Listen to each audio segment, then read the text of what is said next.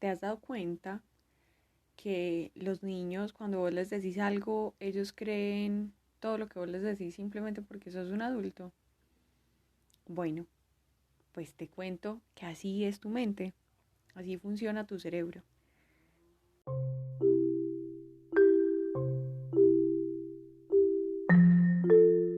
Hoy quiero hablar de esto por una razón, y es que nos creemos muchas cosas, o a veces escuchamos algo y lo creemos y lo tomamos literal porque así funciona el cerebro, y a veces nos dicen como que ay, tan bobo usted que creyó eso o cosas parecidas, pero resulta que es la naturaleza misma del cerebro, es su forma de funcionar.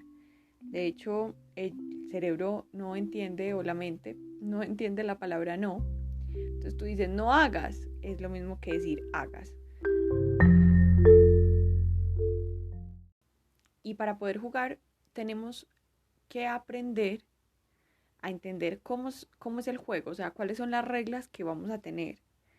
Porque desafortunadamente los adultos, pues cuando crecemos, cuando ya tenemos más número de años en la Tierra, entonces nos empezamos a creer un montón de cosas que realmente puede que no sean, pero que hacen parte de ese funcionamiento. Entonces, al entender las reglas, podemos saber cómo jugar mejor el juego de la vida. Hay que saber que estamos dominados por unos cerebros que realmente no tenemos un cerebro, tenemos varios. Tenemos uno que es un cocodrilo, que es el reptil, tenemos uno que es límbico, que es el emocional, tenemos la neocorteza, que es de donde sale todo este lenguaje y esta, digamos, capacidad superior, entre comillas, que tenemos.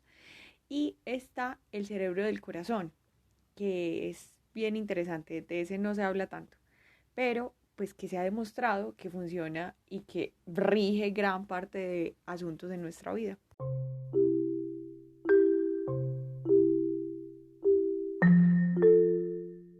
Entonces, conocer los cerebros es como conocer las fichas que tenemos para jugar, ¿cierto? Empezar a analizar más o menos cómo funciona nuestra especie, porque eso ya hay mucha gente que lo ha estudiado, entonces nos va a permitir darnos cuenta que hay unas cosas que entre comillas, tenemos que vivir, y hay otras que simplemente elegimos vivir. Entonces, pues una de las reglas más importantes para cualquier animal es pertenecer. Todos queremos pertenecer, todos queremos hacer parte de algo, todos queremos estar en un grupo. Y por ese pertenecer hacemos un montón de ajustes en nuestros cerebros, y eso nos lleva de pronto hoy a tener una vida que no entendemos de dónde viene, pero que se ha, digamos, tejido de acuerdo a esas decisiones que hemos tomado por pertenecer. El reto está en poder vivir la experiencia a través del juego, y no queriendo decir que, digamos, no seamos maduros o que no entendamos cómo funciona el mundo como adultos, sino más bien que disfrutemos. O sea, ser un niño a veces no tiene que ver tanto con la pataleta, aunque creo que a veces lo expresamos así, pero a lo que yo me refiero con jugar es poder disfrutar sin quedarnos atrapados y vinculados a ciertas cosas, ¿cierto? Como sin quedarnos enganchados. Entonces, si hay experiencias que inevitablemente vamos a vivir, pues es ver cómo sortearlas para jugar en ellas, para jugar y disfrutar a pesar de lo que sean. Hay unas experiencias que seguro van a decir, Juli, pero pues ¿cómo vas a disfrutar o cómo vas a jugar, digamos, una pérdida, una muerte, una quiebra, un abandono o cualquier cosa de esas experiencias que venimos a vivir aquí también? No quiere decir jugar y disfrutar que, digamos, somos muy felices, por ejemplo, porque alguien se murió, pero es ver más allá de ese acontecimiento radical que nos separa en la forma física, ¿sí? Y ver cómo lo podemos traer más a lo que nosotros vamos a seguir viviendo. Una de las cosas que más me conectó a mí con este tema de la muerte fue empezar a tener procesos muy cercanos, los de mis abuelos, de, digamos, enfermedad y finalmente muerte. Y valoro mucho los procesos porque en realidad, pues no quiere decir que no me duela o que no los extraño, que no diga como que, uy, qué bueno, por ejemplo, que mi abuelita haga una torta, ¿cierto? O qué bueno sentarme a escuchar al abuelito contar una historia. Esas eran cosas que yo disfrutaba hacer con ellos. Pues, digamos, era parte de la experiencia que vivía y me parecía fascinante. Pero hoy lo que hago para disfrutármelo, no tanto pensando en esa nostalgia de que ya no está, es hacer una torta y decir, bueno, vamos a ver si me sale la receta de la abuelita. Y volver a contar la historia que mi abuelo me contó a mí. Obviamente no va a salir igual, obviamente la historia cambia cada vez que la contamos. Entonces, no, puede que no sea la fiel copia o que no sea mi abuelo quien esté ahí hablando, pero soy yo quien, digamos, lo mantiene mmm, conectado a mí a través de esas historias. Cualquier pérdida que tenemos nos mueve y nos hace pensar y nos pone a analizar qué es lo que está pasando, por qué lo vivimos o para qué lo vivimos o qué es eso tan horrible pues que estamos pagando. Pero pues les repito lo que les decía al principio, elegimos vivir esta experiencia con unas, digamos, unas cosas, ¿cierto? Entonces como que a usted va a llorar, usted se va a reír, usted va a caminar, usted va a poder ver o usted va a poder viajar o no lo va a poder hacer. Entonces, como ya hicimos, digamos, esa elección inconsciente, entonces simplemente lo vamos orquestando a través de la vida y lo vamos viviendo. Pasar de el asunto de la seriedad y la psicorrigidez, que para mí ha sido un reto, pues eso hace parte de mi maestría, y por eso lo comparto hoy, es, a pesar de todas esas cosas complejas, poder encontrar una luz, porque como la mente cree todo lo que le decimos, entonces si decimos que, digamos, una muerte es mala, entonces todas las muertes van a ser malas. O si decimos que una pérdida nos quita valor, entonces cada que perdamos, así sea un lapicero, vamos a perder valor.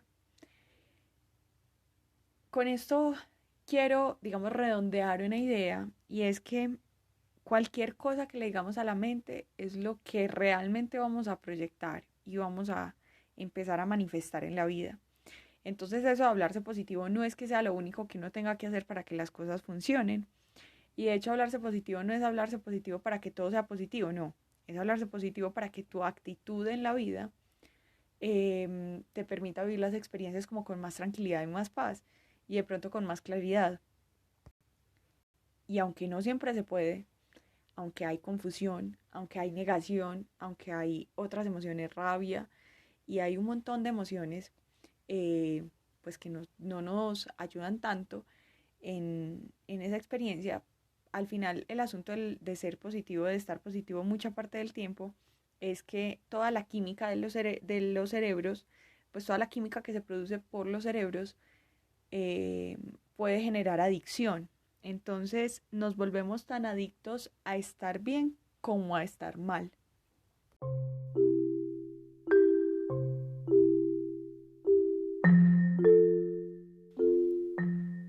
Y eso cuando yo lo leí, digamos, en una parte más estructurada, porque no lo tenía tan claro, pues digamos que no entendía bien cómo funcionaba, me pareció muy fuerte porque la química positiva dura muy poquito en el cuerpo, dura como 8 horas, pues 10, ponele.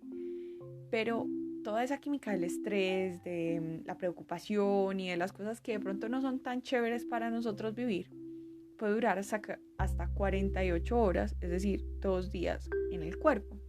Entonces, imagínate uno teniendo adicciones que se repiten una y otra vez. O sea, eso se vuelve como un ciclo de nunca acabar.